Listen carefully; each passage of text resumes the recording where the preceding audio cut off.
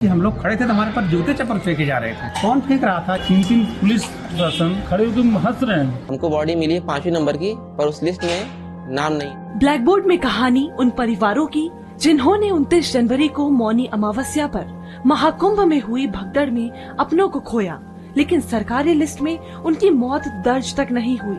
ना तो उन्हें कोई मुआवजा मिला और ना ही कोई सरकारी मदद। नीलम श्रीवास्तव की मौत भी इसी भगदड़ में हुई। उनके बेटे सुमित ने अपनी मां की पहचान फोटो और डेड बॉडी बैग पर लिखे नंबर 5 देखकर की।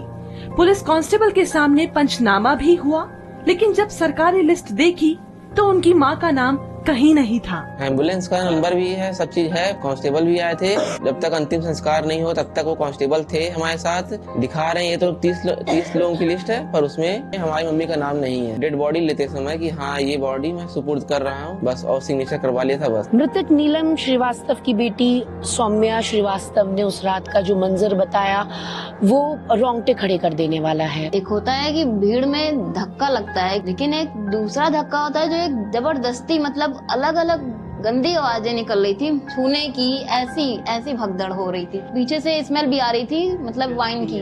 अब ये है कि हमारे यहाँ से कोई संगम नहाने नहीं दे। इतना ही नहीं, महाकुंभ में भगदड़ के बाद इन्हीं मृतकों की चप्पल जूते बेचे जा रहे थे। ये किसी जख्म पर नमक छिड़कने जैसा था। फिर ये हुआ कि कैसे घर चलेंगे, तो वहाँ से सोचा गया कि चप्पल खरीद लें, लेकिन वो खरीदने गए तो वो यूज थी चप्पल। वो भी चप्पल मतलब 70-100 ऐसे दाम लग रहे थे। संगम के नाम पे बस एक धांधलेबाजी चल रही है, मतलब पैसे की वैल्यू चल रही है, सांस की कोई वैल्यू है ही नहीं है। झूसी की तरफ सेक्टर 21 में जो भगदड़ मची उसमें गणेश चंद्र मिश्रा अपनी भाभी के साथ मौजूद थे।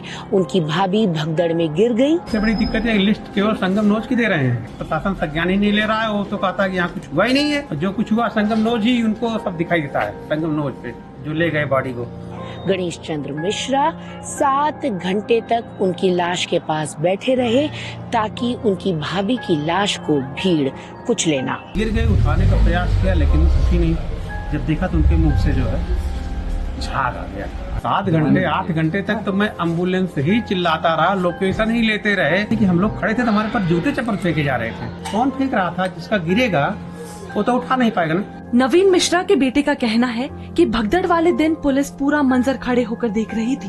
3 पुलिस प्रशासन खड़े होकर हंस रहे हैं। क्यों खड़ी थी? देखने के लिए। हमारा मित्र जो है वो साथ में लेके जो है यहाँ तक लेके आए थे, घर तक। इन परिवार वालों का सिर्फ यही कहना है, हम कभी संगम नहीं जाएंगे। और वे बस एक सवाल लिए खड़े हैं कि क्या उनके अपनों की मौत को सरकारी फाइलों में जगह मिलेगी। पूनम कौशल, दैनिक भास्कर, प्रयागराज, यूपी।